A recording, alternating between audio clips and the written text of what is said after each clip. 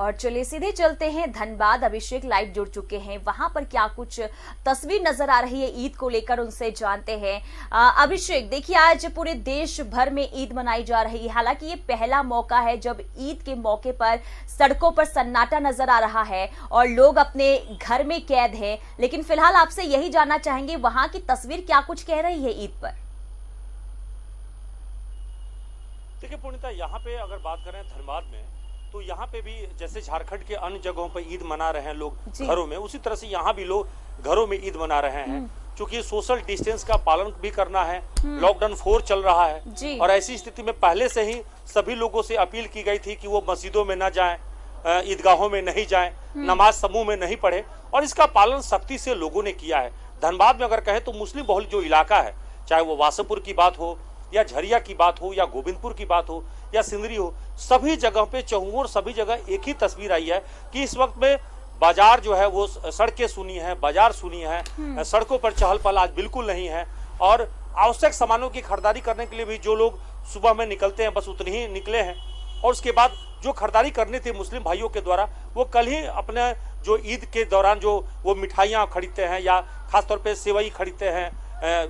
यहाँ पे सेवई खाने का रिवाज है, दूध और सेवई में लच्छा सेवई विशेष रूप से उसकी बड़ा महत्व होती है, लच्छा सेवई का। तो वो सब खरीदारी पहले ही कर चुके थे। जो अगर कहें कि ड्राई फ्रूट्स था वो उसको खरीद चुके थे, तो इन सारी चीजों की खरीदारी वो कर चुके थे। हाँ, इस बात का अफसोस मुस्लिम भाइयों को जरूर है कि वो पहली बार पिछले 100 वर्ष का अगर कहें इतिहास, तो ऐसा पहली बार है कि इतनी फीकी ईद रही है जब बच्चे जो है खुलकर ईद नहीं मना पा रहे हैं, लोग गले नहीं मिल पा रहे हैं, एक दूसरे की मुबारकबाद देने के लिए दूसरे के घर तक नहीं जा सकते। तो ऐसी परिस्थितियां, मतलब ये कह सकते हैं कि वो खुदा से एक ही जो है इबादत कर रहे हैं कि जल्दी से सब कुछ ठीक हो जाए, ये कोरोना का जो वैश्विक महामारी है वो जल्दी से समाप्त हो जाए, और वो अपने परिवार, समाज, देश, राज्य सबके लिए वो कामना कर रहे हैं। खुदा से एक ही चीज की डिमांड कर रहे हैं, एक ही चीज की मांग कर रहे हैं, अपनी इबादत कर रहे हैं कि कैसे भी हो पहले जैसी हालात आ जाए, पहले जैसे समान हो जाए, और जब सब कुछ व्यवस्थित हो जाएगा, ठीक हो जाएगा, तो अगले साल इससे भी बेहतर वो अपनी ईद मनाएंगे। तो एक बात का मलाल तो है, लेकिन साथ साथ पुनीता एक बात का उनको तस्दीक है कि जो कुछ भी हो रहा है, सरकार ने जो भी दिशा निर्देश दिए हैं वो हमारी सुरक्षा के लिए दिए हैं। खुद की सुरक्षा के लिए जो है सरकार के जो भी दिशा निर्देश हैं वो सभी लोगों की जीवन की रक्षा के लिए दिया है, और इसीलिए जब हम जिंदा रहेंगे तो खुदा की इबादत कल भी कर लेंगे, आगे भी कर लेंगे। इसलिए अभी जिंदा रहना जरूरी है, और ये बात सब कोई समझ रहा है। जी बिल्कुल अभिषेक, और एक शानदार मैसेज भी इसके जरिए दिया गया है कि हम घर में ही रहकर इस महामारी से जंग जीत सकते हैं। अगर हम बात करें 1 महीने तक रोजेदारों ने घर में रहकर इबादत की, और आज जब ईद का मौका है तब भी संदेश दिया गया, घर में रहकर लोग ईद मना रहे हैं और साथ ही साथ सोशल डिस्टेंसिंग का पालन भी कर रहे हैं। तो एक मैसेज देने की कोशिश की गई है।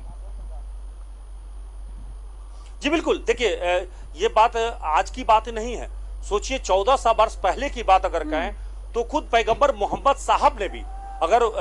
ईद की आज खुशियां हैं तो इस मौके पर यह कहना बहुत जरूरी है कि ऐसा नहीं कि आज ही की ये ऐसी, अगर कोई ऐसी आपदा आ जाए या ऐसा कोई वायरस आ जाए जो जब व्यक्ति का जीवन खतरे में आ जाए, तो सोचिए कि कुरान शरीफ में भी लिखा हुआ है, उसमें भी इस बात का जिक्र है कि ऐसी हालात हो तो कोई व्यक्ति अपने क्षेत्र को दूसरे क्षेत्र में नहीं जाए या दूसरा कोई व्यक्ति वहां से नहीं आए। और उस वक्त में भी सोचिए, उस जमाने में भी इस बात की जिक्र किया गया है कि ऐसी चीजें, ऐसी वफा नहीं फैले, तो कोशिश करनी चाहिए कि वो घर में ही रह के इबादत करें, मस्जिदों में नहीं जाए। तो उस जमाने में भी लोगों ने जगता, और देखिए 100 साल के अंतराल के बाद कोई ना कोई बड़ा महामारी जरूर आया है। तो देश और दुनिया में ये सबके लिए है। आज की डेट में ईद की बात नहीं है, दूसरे भी पर्व अगर आप देखें तो होली के समय से ही ये स्थितियां ऐसे ही आ गई, होली भी लोगों की चली गई, रामनवमी भी ऐसे ही गई। तो जो भी पर्व आया वो समझिए कि ऐसे ही चली गई, और कष्ट सबने झेला है, सबने परिस्थिति। तो इस वक्त में मंदिर, मस्जिद, गुरुद्वारा, चर्च, सबकी हालत एक जैसी है, भगवान का दरबार बंद है। इसलिए इंसानों को सिर्फ एक ही चीज की कहा गया है कि इस वक्त में आप घरों में रहकर इबादत करिए, जब हालात ठीक हो जाएंगे तो मंदिरों के और मस्जिदों के दरवाजे आपके लिए खुले हैं, आएंगे, फिर आप पूजा करेंगे और अपनी इबादत करेंगे। बिल्कुल अभिषेक, और साथ ही साथ अगर कहें तो एक मैसेज जिस तरीके से उन्होंने दिया है कि जब भी कोई महामारी हमारे भारत देश पर आए तो हम सब जो है एक साथ इस मौके पर खड़े हैं। चलिए अभिषेक, तमाम बातचीत के लिए, जानकारी के लिए बहुत बहुत शुक्रिया। तो ईद का मौका है और जिस तरीके से लगातार तस्वीर सामने आ रही है हर एक जिले से कि लोग जो हैं एक जागरूकता दिखा रहे हैं कि घर में रहकर किस तरीके से ये ईद मना रहे हैं, इसका एक जिस तरीके से प्रशासन ने अपील की और अपील को लोगों ने सुना भी, और यही वजह है कि आज जो है शांति से रहकर एक सरल तरीके से कहे साधारण तरीके से लोग घर में रहकर ईद मना रहे हैं।